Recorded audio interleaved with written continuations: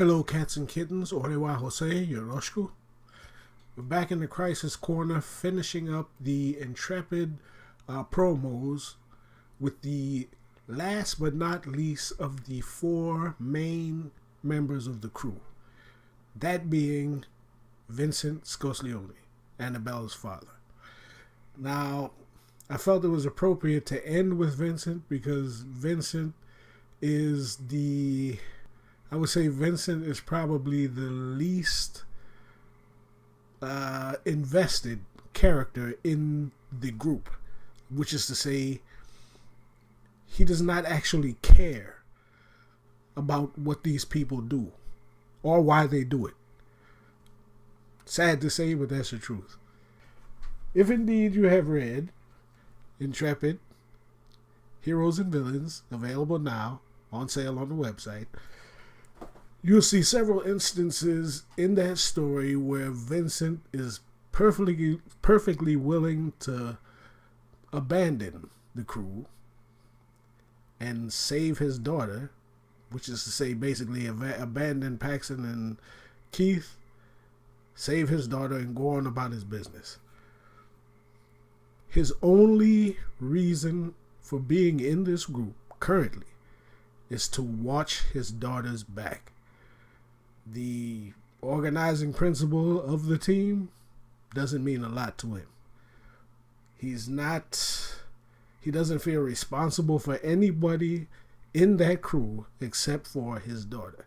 That seems cruel, but Vincent is not he's not to say he's a bad person, but he has his priorities. And his first priority is to his daughter. Now, let's get some background. Vincent was a captain in the anti-mafia task force. I believe the name was the Black Seraphs. Back during the second mafia wars in Sicily. He was the bane of the existence of the mafia, families. He disrupted their organizations and was basically a thorn in their side for years. Until eventually he resigned his commission. He got tired of the nonstop violence and, shooting and killing and so forth, and decided, hey, it's over. I'm going to go into private industry, make my living some other way. So he goes into private industry. It was a construction company originally. That was his family's business. He took that over. Eventually came to the United States after his daughter was born and his wife died, and just was basically an entrepreneur for years and years. Raised his daughter. She, in turn, being a genius, was the backbone behind Bellatech Solutions, a worldwide conglomerate based in technologies. So he's the CEO of Bellatech Solutions. He's gliding along, doing business stuff, when Heroes and Villains pops up and he gets dragged into a situation beyond his control. He winds up helping his daughter help these other two guys, and as we see, the team comes together. As we go into Pandora's Cage, we'll see how he's further sucked into that situation. But again, Vincent is not totally invested in the organizing principle of the team. He just wants to keep his daughter safe. What does he bring to the team? Well, as his code name or nickname implies, a sniper, he is a marksman. We'll see that he's a capable fighter, but mainly a marksman. And also, his paranormal ability is that of teleportation. I would liken that ability to the fourth Hokage, if you're a Naruto fan. Basically, with the exception that he can tag things and teleport them from one place to another. He can teleport himself at will to any place that he can see or has been, or to a person that he is tagged, or person or thing that he is tagged. I say tagged. It's not a tag. I say tagged for the sake of just saying tagged. Anything that he's marked, he can move to himself or move himself to it. That includes weapons, people, objects in general. So that's his ability basically, and it's kind of creepy looking. When we get down to it, it's going to be a little creepy looking. It's like a bleed.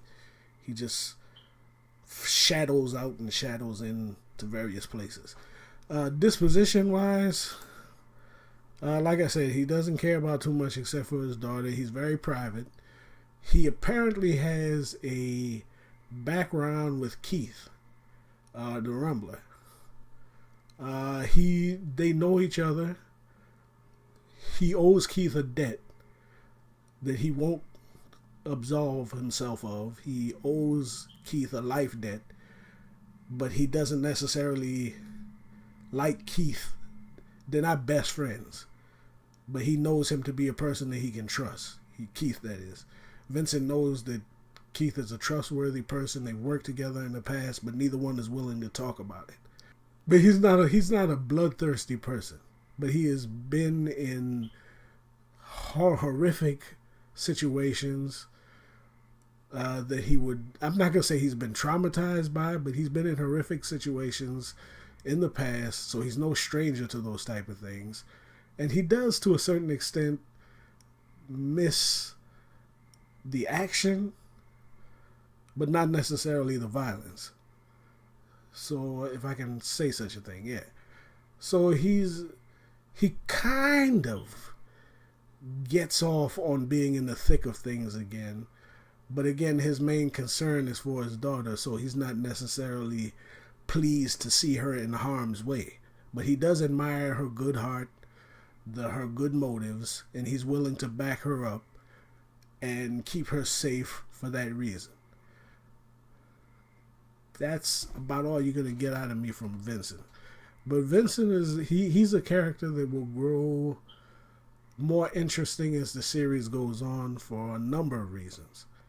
He's integral to the overall plot of the story.